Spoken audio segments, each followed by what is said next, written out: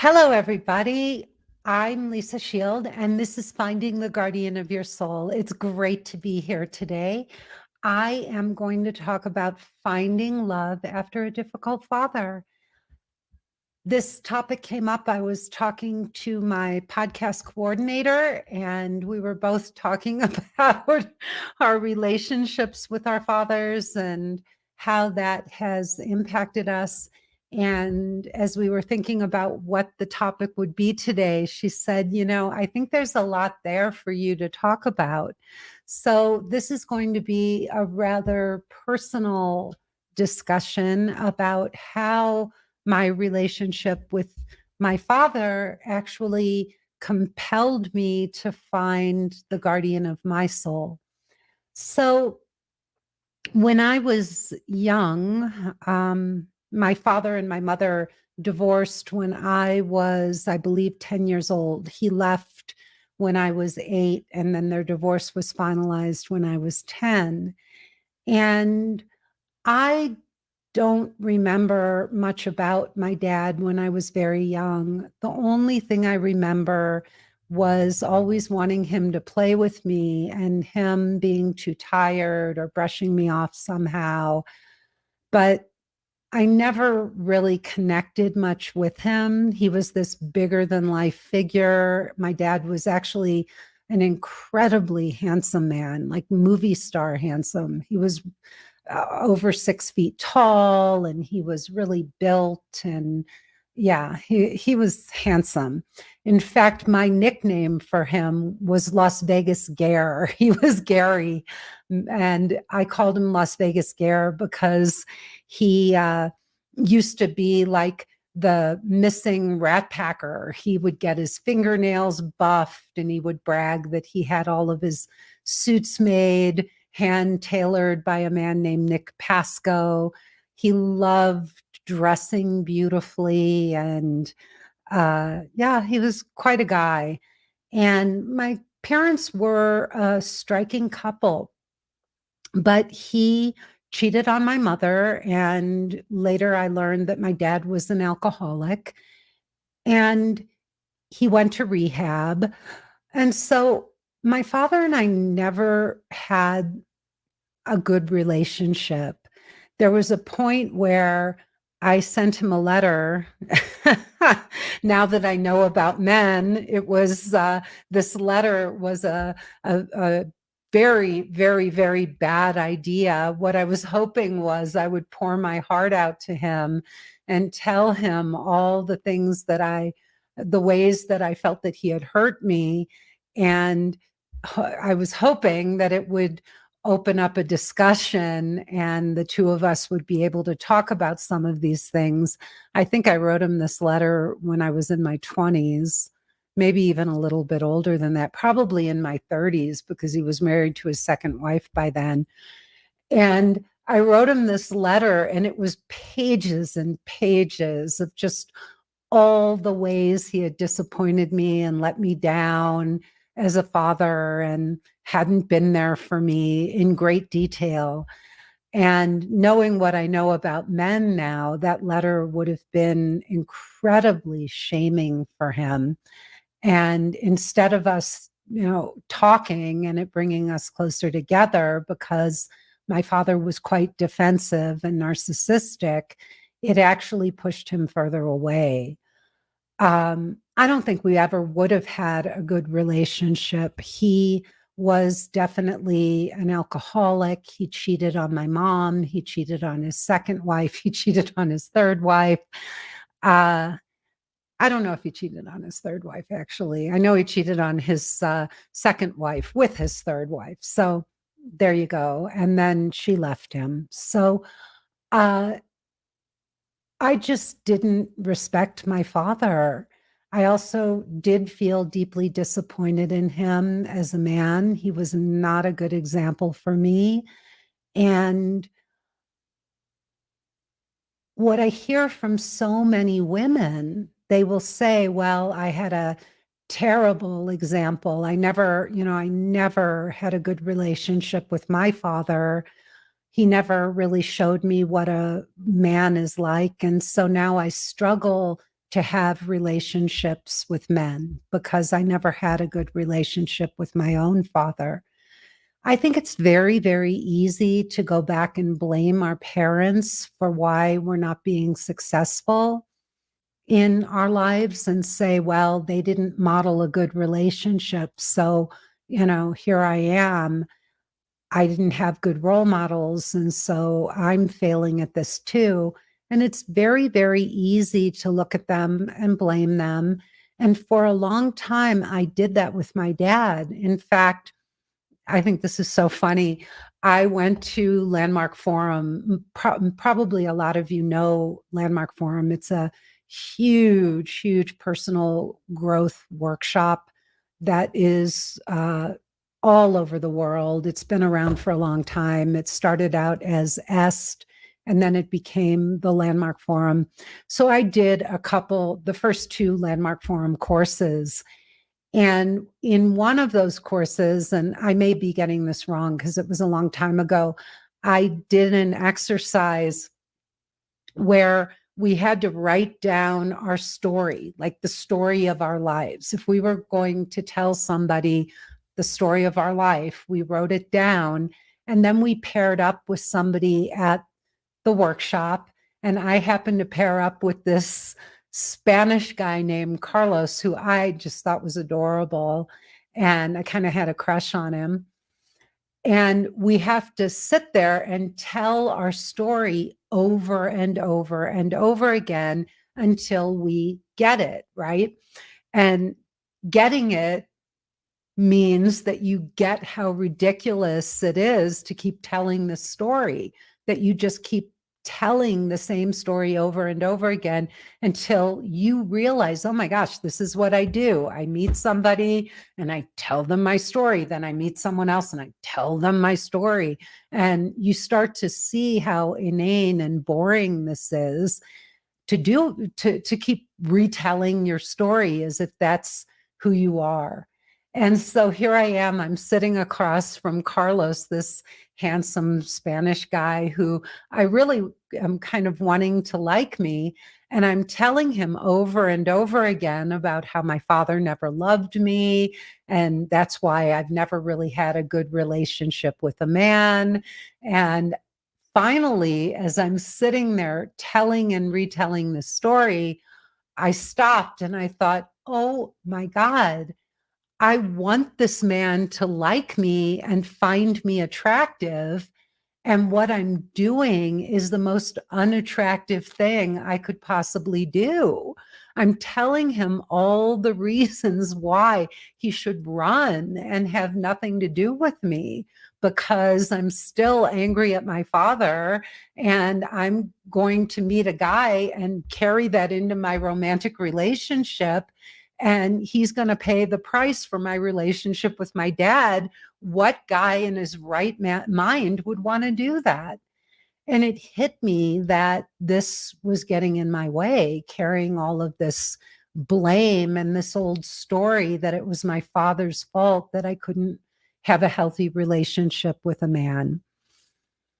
So that was a bit of an awakening for me. And it also helped me see that just because I didn't get the father I might have wanted, and I had not had a healthy relationship really with any man. I was not comfortable with men. I didn't know what men wanted from me. I had experienced so much rejection from my own father. And to be honest, I absolutely love and adore his third wife. She turned out to be this absolutely wonderful woman. But at the time, I was very angry because she was 10 years younger than me.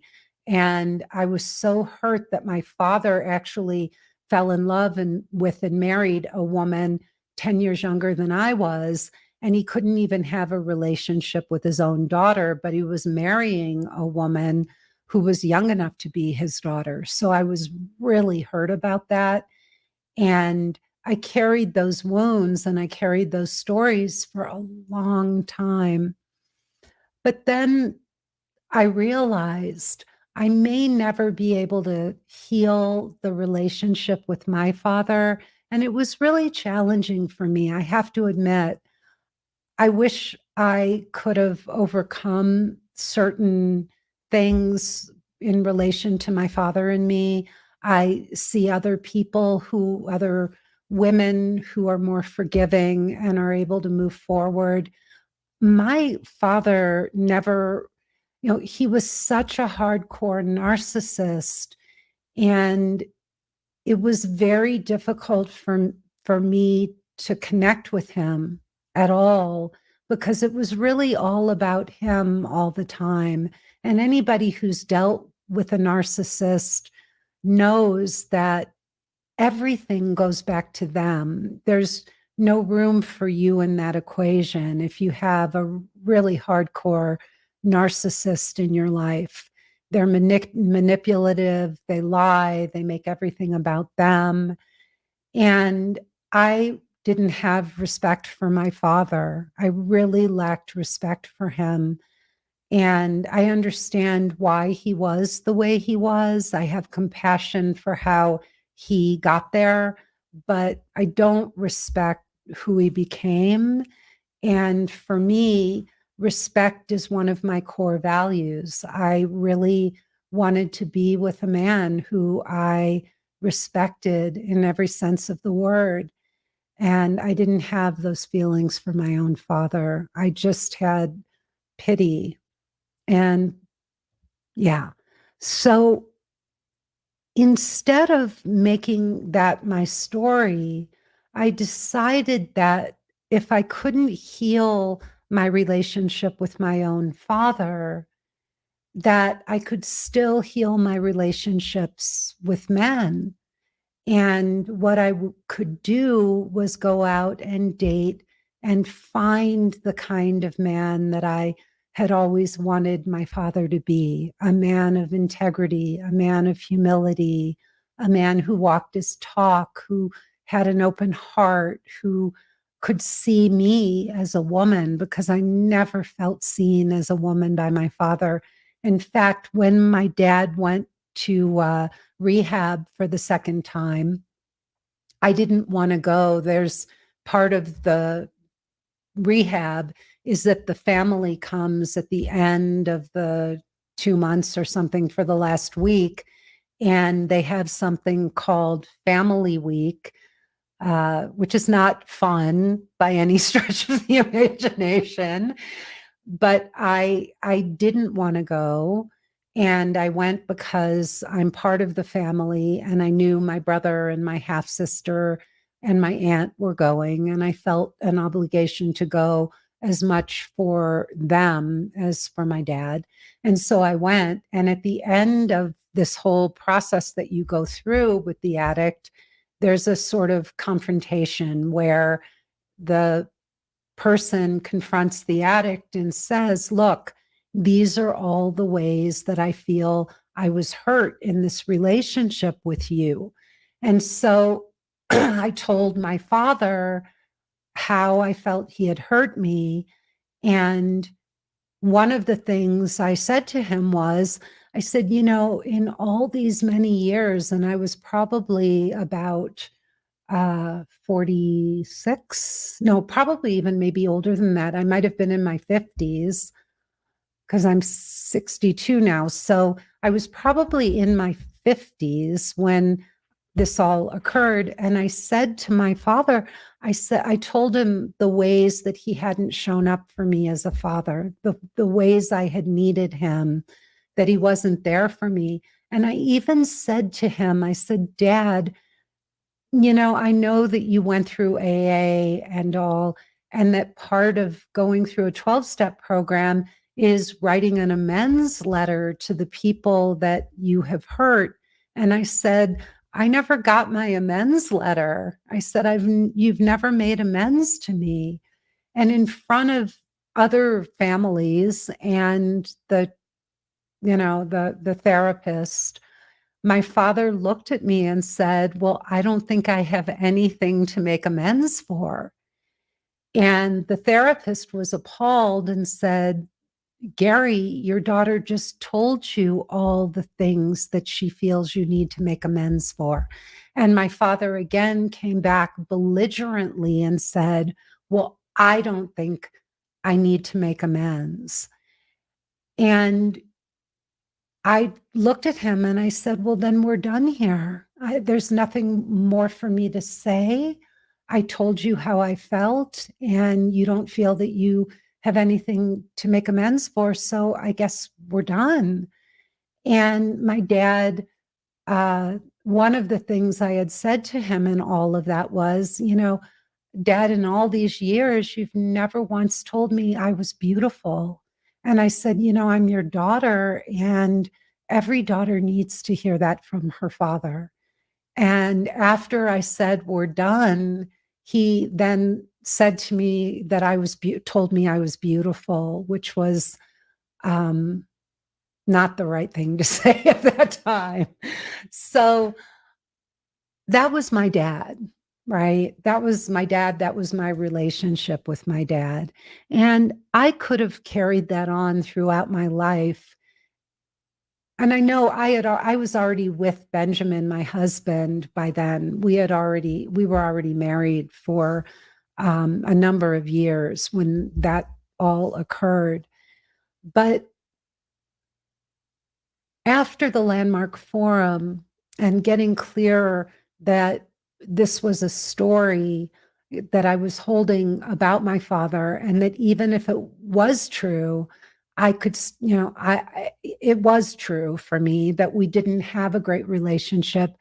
But I decided that I wanted to change this going forward, that I was not going to let that stop me from finding true love with a real man, a man who was everything that I felt my father wasn't. And so I set out to date. I went on 96 first dates, and the 96th date was my husband, Benjamin. And during all of that time, all of those dates, putting myself out there, very often sitting across from a man on a date often felt like being rejected by my father all over again. Those fears would come up and I would have to deal with them. I would sit with my feelings. I would love myself. I would talk myself off the ledge. you know, I learned in that process to give myself the love and the encouragement that I needed to give myself, that nobody could do for me. It was something nobody could do for me, and remind myself over and over and over again that not all men are like my father, and there are wonderful men out there, and that I could become the kind of woman who was capable of finding and attracting a wonderful man. And the most beautiful part about that process was that I knew in my heart of hearts that finding that man and healing would heal my heart.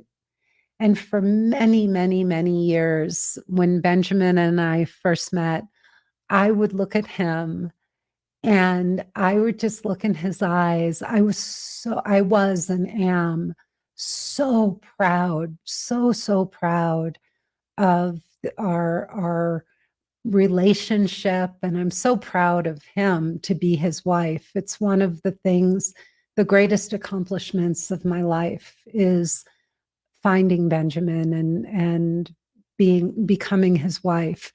And I remember when I met him, and for many, many, many years, I just would look at him and I would look in his eyes and I would say to myself, Lisa, this is a reflection of how far you've come, how much work you've done, and how much you've healed and grown in this work and in this process to be able to be with a man like Benjamin. And instead of using my relationship with my father as an excuse for why I couldn't have the kind of relationship I wanted, I used it as the reason why I had to go out and find this, because I wasn't going to let that be my legacy. I wasn't going to let my relationship with my father define me. And because I knew I had it within me, I knew I had the power to walk forward, to acknowledge that my relationship with my father was never going to be what I wanted, but that I could get out there and do the work and face my fears and learn how to separate the good men from the not so good men and find a guardian of my soul. That was one of the most important factors that drove me forward and kept me going until I got this solved.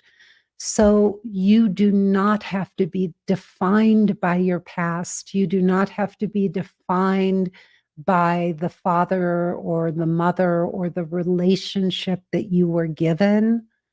You can learn how to heal your heart and move forward and know that who they are does not have to be, you don't have to relive your parents' relationship or your relationship with your parents. You have the power to change this. And for me, the dating process and being able to go out on as many dates as necessary in order to keep gaining the confidence I needed. And I knew, by the way, when I first started dating, and I set out on this journey, I wasn't naive. I knew I wasn't ready to meet a man like Benjamin. I knew I had work to do on myself. I had to get through my fears. I had to find my own self confidence. I had to learn how to love myself no matter what was going on around me, no matter whether a guy wrote back to me or asked me on a second date or not. I knew that I had to keep moving forward and healing my heart so that when I did meet a man like Benjamin, I would be ready. So if you want to learn more about the work we do, I teach a 12-week course called Emotionally Naked Dating, and we teach you how to work through your issues from the past, your relationships with your parents, to let go of that baggage from ex-lovers, ex-husbands, ex-boyfriends, so that you can move forward and heal your heart and find the guardian of your soul. Please go to lisashield.com, click the button all over my website. There is a link to a free 45-minute presentation. There is also, if I can give you this, if you want to just go ahead and book a breakthrough call with a member of my team, you can go to lisashield.com/reserve, and that will take you directly to our booking link. We do prefer that you watch the 45-minute presentation first because it will give you a much deeper understanding of what we do. There's so much more to our process, and we really want you to come on that breakthrough call knowing what we can offer you. Please send us your ideas for future podcasts to podcast@lisashield.com. And finally, on Sundays, I do a second broadcast with my husband called Getting Inside the Right Male Mind. So you can also find that and come back and see us again. I wish you all the best in love and in life. And please know that you really can have it all. Bye bye. Have a great rest of your day.